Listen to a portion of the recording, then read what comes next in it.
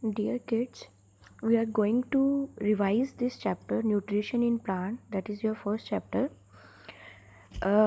As you have studied about that different nutrients are necessary for our body, which gives us energy. Similarly, plants also need that energy. But how plants prepare their food and what are they call it? So just go through it once again. So as we know that there are different type of nutrients, the different components in the food, that is called nutrient, that is protein fats, vitamin, minerals, carbohydrates, and these are the basic components of the nutrient. And the mode through which we take food by an organism, the mode of taking food by an organism and its utilization by the body is called nutrition. And these nutrients enable living organisms to build their bodies, to grow, to repair damaged parts of their bodies, and provide the energy to carry out life processes. And we dependent on plants for our food. But on which plants dependent on? Let's talk about. First of all, plants are the autotrophic. Why they are called autotrophic? Because they make their own food. They make their own food. That is self nourishment or self nutrition. Therefore, plants are called autotrophs. But animals and most other organisms take in food prepared by plants. That's why they are called heterotrophs. So is it clear to you what are autotrophs and heterotrophs? We already studied about it. Now, what are the main components of plant which is required for the preparation of food? As we know, leaves are the food factory of the plant. Therefore, all raw material must reach the leaf. And what are the raw material that is needed by plants?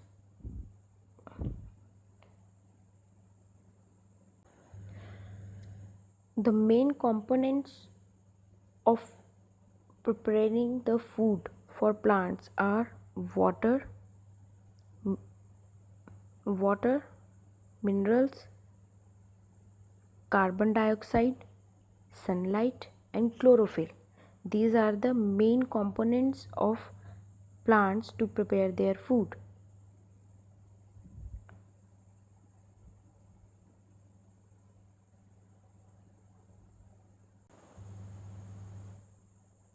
So you should know that from where these components come from. For that, let's talk about first water. Water comes from soil, and how they transport it to the plant? From the roots. From the roots, water transported to the different parts of plant. Similarly, carbon dioxide. Carbon dioxide obtained from the air surrounded by the plants, surrounded the plants. So carbon dioxide comes from there. Next, sunlight, the light from the sun. And next is chlorophyll. The green pigment is already present in the plants or leaves, which is helps to capture the sunlight and stored in it. And the other thing, the carbon dioxide is captured by the tiny pores present on the surface of leaf, and these pores are surrounded by the guard cell, which is called stomata. Stomata is the tiny pores, and carbon dioxide enter through these tiny pores present on the surface of leaves. As I told you, the water and mineral transported to the leaves by the vessels from the roots. These vessels, the pipe-like structure throughout the roots, the stem, branches and leaves. They form a continuous path or passage for the nutrients to reach the leaves. They are called vessels spreaded all over the plant, which transported the water and mineral from the roots. And I told you that green pigment, that is chlorophyll, which helps the leaves to capture the energy of the sunlight. This energy is used to synthesize or prepare the food from the carbon dioxide and water. Since the synthesized food occur in the presence of sunlight, that's why we call this process photosynthesis. Photosynthesis, the preparing of food in the presence of sunlight. So what we have studied about the food for plant, that chlorophyll, sunlight, carbon dioxide and water are necessary to carry out the process of photosynthesis. Why it is called a unique unique process? Because solar energy is captured by leaves and stored in the plant in the form of food. Thus we can say sun is the ultimate source of energy for all living things. I hope this is clear to you. Here is the structure of diagram of photosynthesis. You should know about from where the raw material enter into the plant. Carbon dioxide enter from leaves, or you can say the stomata present on leaves. Sunlight also captured by chlorophyll, the green pigment. Water also stored or transported through soil or roots to the plant. And what plants give out after taking all these nutrients? Oxygen. And it releases food for plant, which we call carbohydrate, starch or glucose.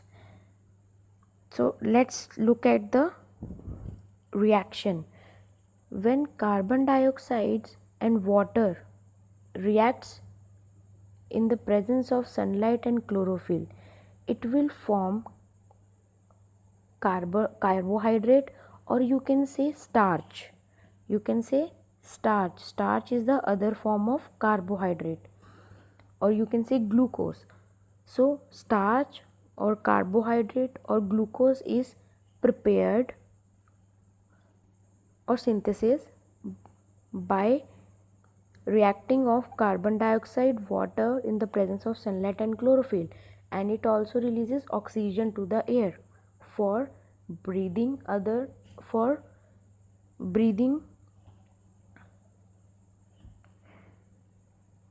of other organism. So here the zoom structure of leaf. If you zoom the structure of leaf, you can see the opening. This opening is called stomata, and it is surrounded by guard cell. And in the leaves there are green color pigments, which is called chlorophyll, which store the sunlight. I hope it is clear.